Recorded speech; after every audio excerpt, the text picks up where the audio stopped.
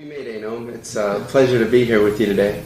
Today is International Workers' Day, and I thought maybe we could... Almost International Workers' Day. Everywhere outside the United States. Correct.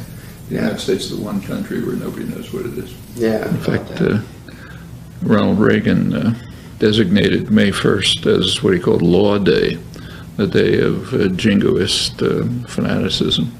Like twisting an extra knife into the labor movement. Yeah. And even before that, wasn't it termed Loyalty Day? Loyalty Day, yeah. It's a day of loyalty. I mean, there is a day in celebration of workers, but that's Labor Day when you go back to work. You know? Right. But I don't think 1 in 100,000 Americans would know that May Day was a day of, and is in most places, a day of support for American workers in their struggle for an 8-hour day. Yeah.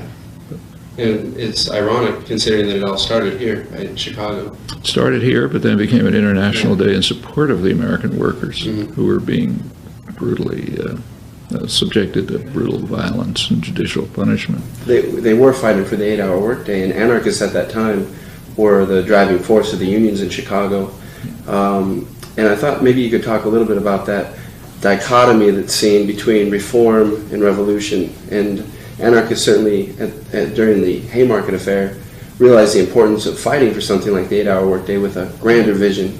But it's always been true. Yeah. I mean, if you take a look at, I suppose, the most venerable anarchist journal in the world, at least in the English-speaking world, is Freedom, which comes out of London. But if you look at its pages, a large percentage of it is dealing with reformist programs, supporting for workers' rights, for human rights, for decent pay, benefits, and so on.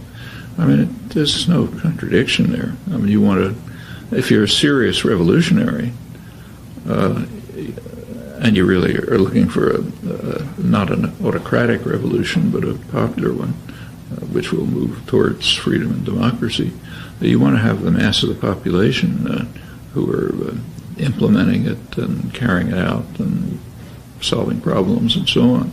And they're not going to do it unless they have discovered for themselves that there are limits to reform. So sensible revolutionary will try to push reform to the limits, first of all, because it's helpful to people, so it's better to have an 8-hour day than a 12-hour day, and you want to do things that are just on ordinary ethical grounds, sure, you'll support them. But secondly, on strategic grounds, you have to show that the system, if it's true, maybe the system will collapse to reform, okay, that's fine. But if it won't, you have to reach the point where it resists. And there's nothing left but to take things over, maybe by force. That's basically self-defense. But unless people recognize coercion as a form of self-defense, they're not going to take part in it. At least they shouldn't. So, and they learn that through their learn it through your, right? Yeah. I mean, if you get to a point where the existing institutions simply will not bend to the popular will, well, you got to eliminate the institutions.